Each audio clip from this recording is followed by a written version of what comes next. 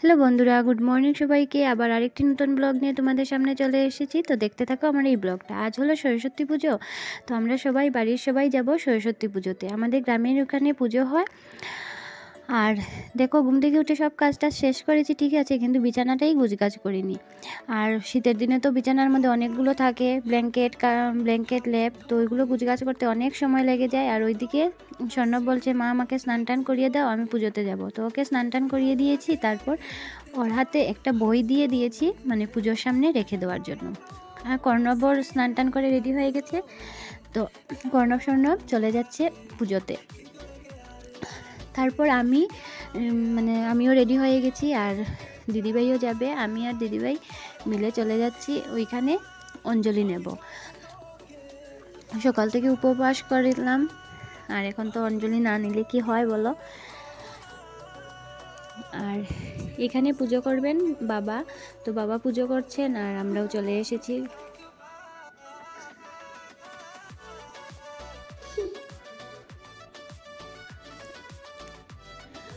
আর তারপর দেখো, এখানে সবাই মিলে সবজি টবজি কাটছেন।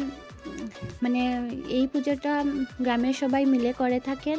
তো এখানে বসে গ্রামের সবাই মিলে সবজি টবজি কাটা হচ্ছে, আর পুজোটাও হচ্ছে। তারপর আমরা এখানে অঞ্জলি নিলাম।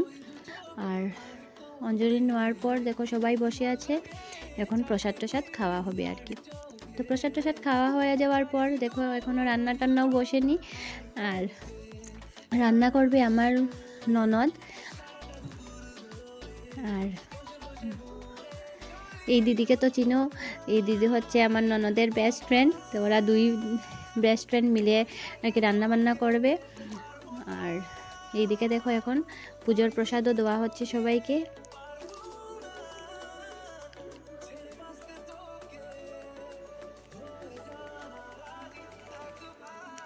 আমরা পুজোর প্রসাদ খাওয়া দাওয়ার পর এখন দেখো, আমার ননদ রান্নাটাও বসিয়ে দিয়েছে।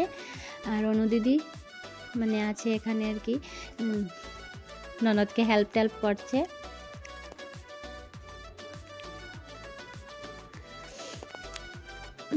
তারপর দেখো রান্নাটাও হয়ে গেছে, এখন সবাই খাওয়া দাওয়া কমপ্লিট করবে। আর এখানে আমরাও সবাই খেয়ে দিয়ে আর কি, ওই দিন আর বাড়িতে আমরা কেউই খেলাম না। সবাই আমরা এখানে পুজো হয়ে যাওয়ার পর এখানেই সবাই আমরা খিচুড়ি খেয়ে এসেছি ঘরে।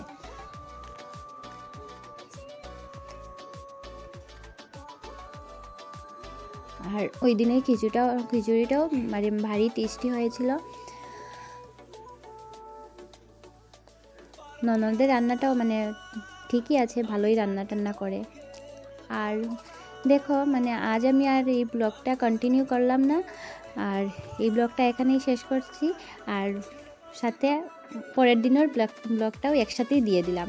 তো এটা হচ্ছে সরস্বতী পুজোর পরের দিনেরকার ব্লগ। আর আজ হচ্ছে সরস্বতী পুজো, তো হয় পঞ্চমী, আর এটা হচ্ছে কি যেন ষষ্ঠী। হ্যাঁ, ষষ্ঠী।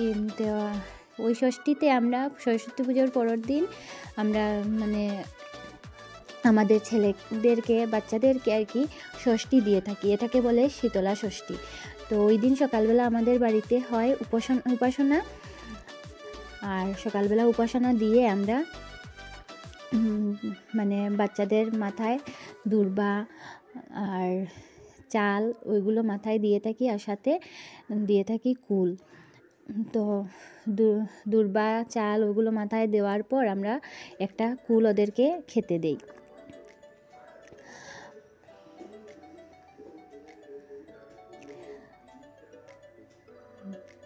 ওই দেখো, মাথার দূর্বাগুলো দেওয়ার পর এখন আমরা ওই যে এটাকে বলে তালপাতার পাখা, ওই পাখার মধ্যে 7বার জল ঢেলে মাথায় আমরা ওই জলগুলো দিয়ে দিই, মানে বাচ্চাদের মাথায় ওই পাখার জলগুলো ছিটিয়ে দিয়ে দিই।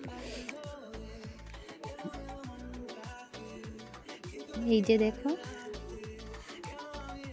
আর এটাকে মানে বলে শত্রু কাটা। তো দিদিভাই শত্রু কাটছে।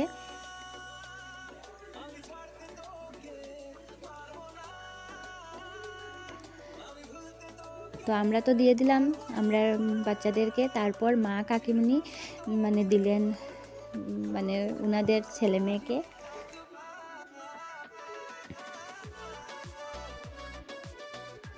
ওই যে দেখো কাকিমুনিও দিয়ে দিয়েছেন মাথায় দুর্বা, আর দুর্বা দেওয়ার পর তালপাতার পাখা দিয়ে জল দিয়ে দিয়েছেন, মাও দিয়ে দিয়েছেন।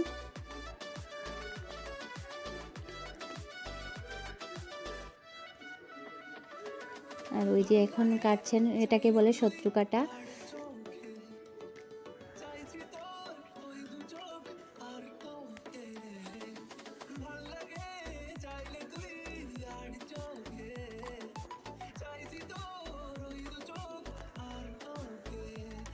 তারপর ওই দিন আমাদেরকেও দেওয়া হয়েছিল, মানে ঘরের সবাইকে দেওয়া হয়, ছেলে মেয়ে বউ সবাইকে দেওয়া হয়, আমাদেরকেও দেওয়া হয়েছিল, আমি আমার যা।